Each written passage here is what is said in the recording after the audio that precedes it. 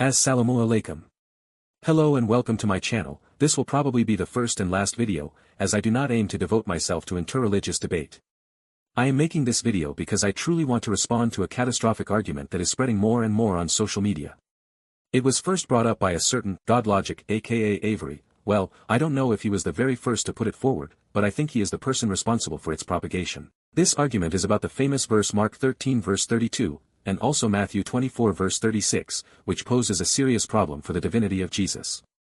But of that day or that hour no one knows, not even the angels in heaven, nor the Son, but only the Father.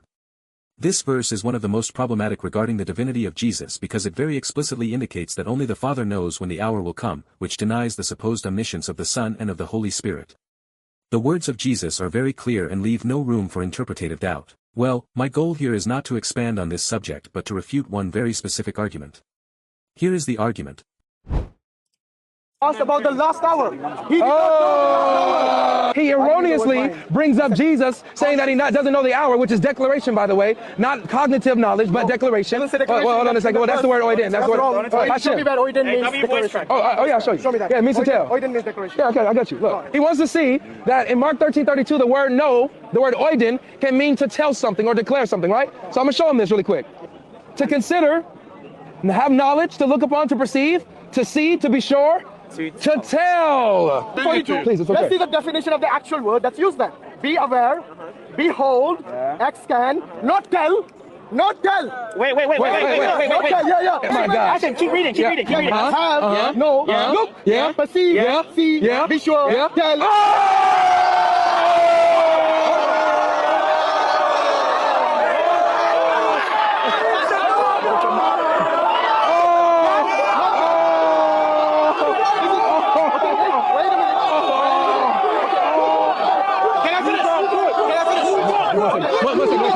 Let me explain what happened in this excerpt, because it may be a little difficult to understand with all the shouting and the general atmosphere of the video.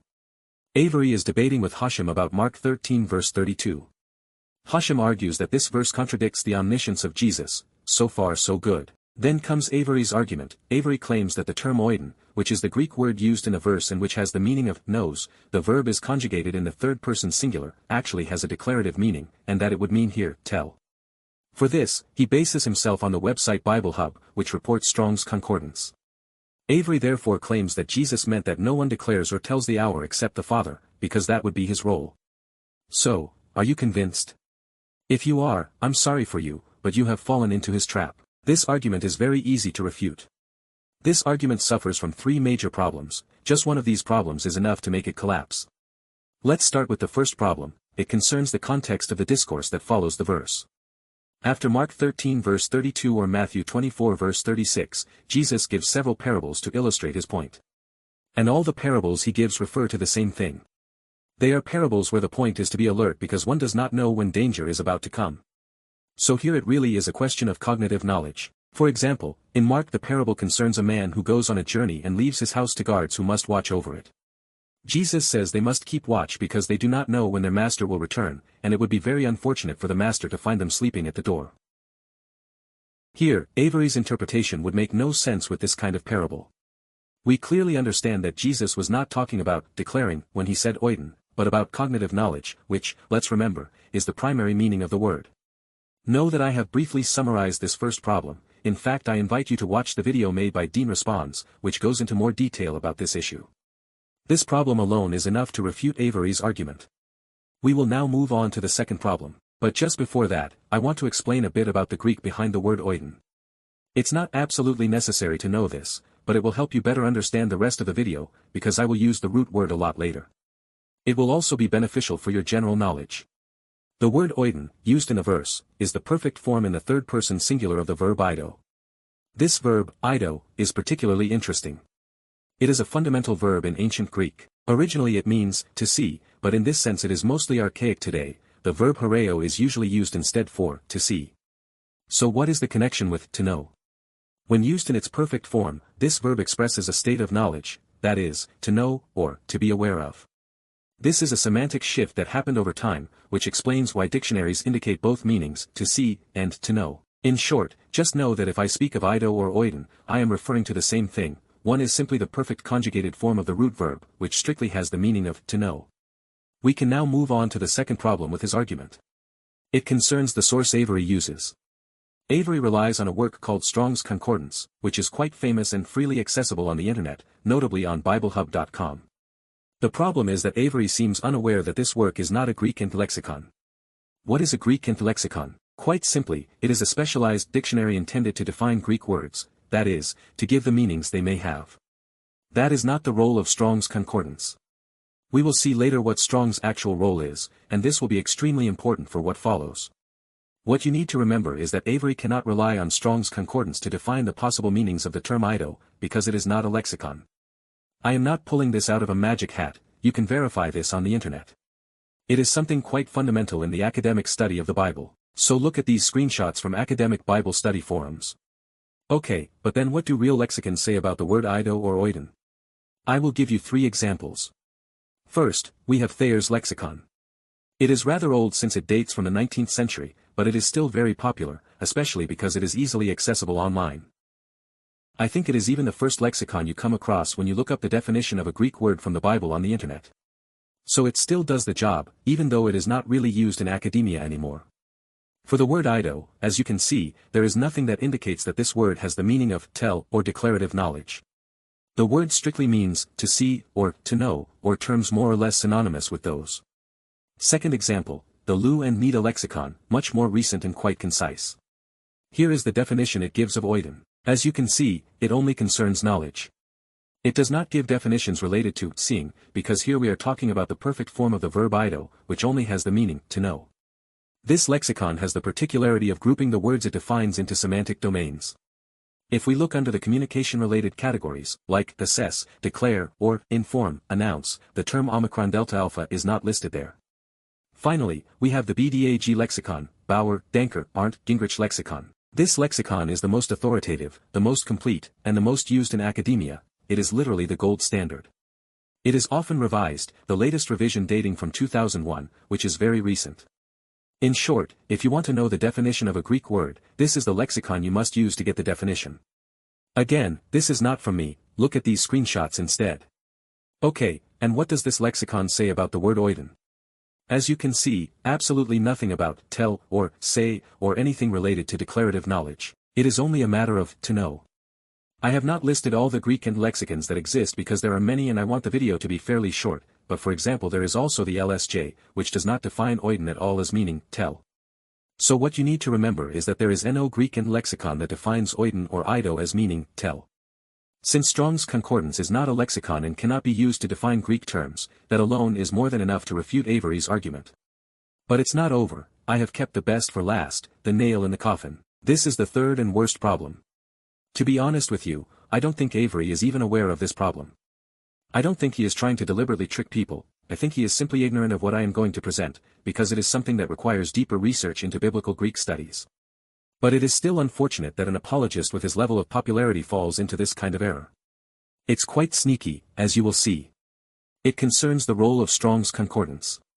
What is Strong's Concordance? Strong's Concordance is an old work, written by James Strong at the end of the 19th century. It is quite old and no longer really used in academia today, but it remains very popular because it is easily accessible online, a bit like Thayer's lexicon. Okay, now what is its role? Pay close attention. Strong's Concordance is what is called a Bible concordance. A Bible concordance is a work that aims to associate the Hebrew or Greek words, the original languages of the Old and New Testaments, with the words used in a particular Bible translation. In short, a Bible concordance lists all the Hebrew or Greek words, and alongside them the words chosen by the translator in all the instances where the Hebrew or Greek words are used. You might think that this is the same as a lexicon, since when a translator translates the Bible, he will simply use the English words corresponding to the Greek or Hebrew. But no, there is a subtle nuance. And if you are sharp, you may already have understood the mistake Avery made. In the case of Strong's Concordance, it is specifically tied to the KJV translation, a very old translation, but one that was authoritative for centuries in the English-speaking world. So to summarize, Strong's Concordance lists all Hebrew and Greek words, assigns them a letter and a number, H if Hebrew, G if Greek, and then gives, for each of these words, all the English words that were used in the KJV to quote-unquote translate them. Why do I say, quote-unquote translate?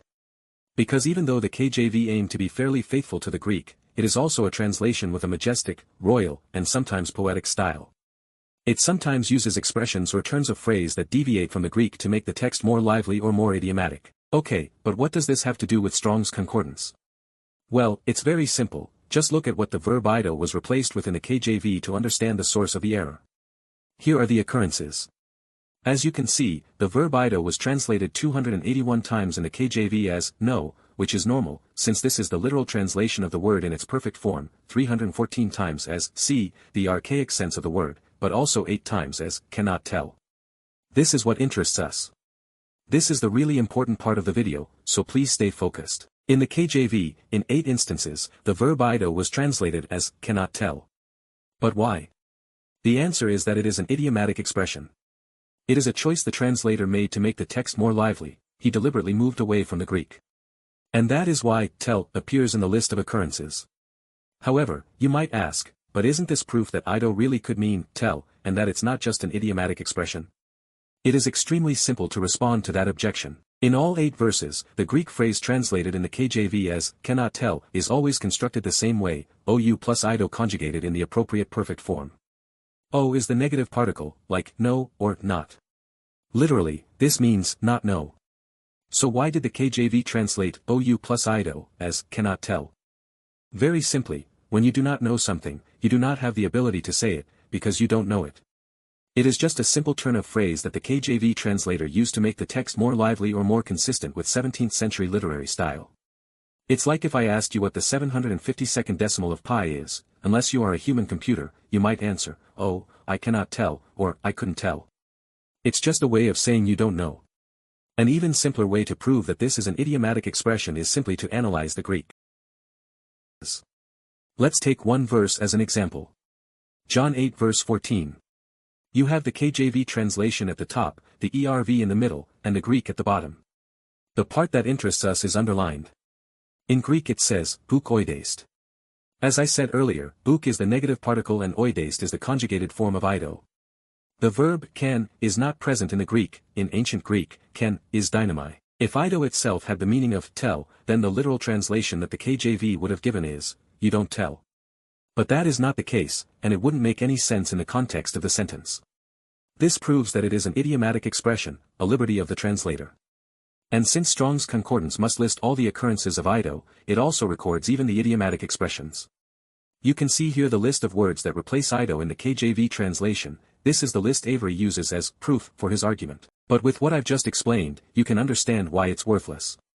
As you can see, the verb can is included, even though ido does not mean can at all, and tell is also included, even though ido does not mean tell at all. It's simply because both words appear in the idiomatic expression. And so Strong's must list them, since its goal is to be exhaustive. You really must remember that this is not a dictionary but rather a list of the words that were used in the KJV to replace ido. I'll give you an even clearer example, Romans 3 verse 6. You have the KJV at the top, the LSB in the middle, and the Greek at the bottom. I chose the LSB because it is very close to the Greek. The part that interests us is underlined in red. In Greek it says maginoido. Ma is a negative particle used with the subjunctive to express fear or prohibition. Genoido means to happen, to occur. So the literal translation of the Greek would be, may it not happen, or may it never be. But here, the KJV translated this as, God forbid, an idiomatic expression. And when we look in Strong's Concordance for the words ma and genoido, we can see, God forbid, even though that is not at all their meaning, not even remotely. This completely refutes Avery's argument. His mistake was using as a dictionary a work that is not one. Unfortunately, nobody was able to confront him about this mistake at the time, because it is not something widely known. I hope you enjoyed this video. Don't hesitate to like it, and especially to share it with Christians who might use this argument.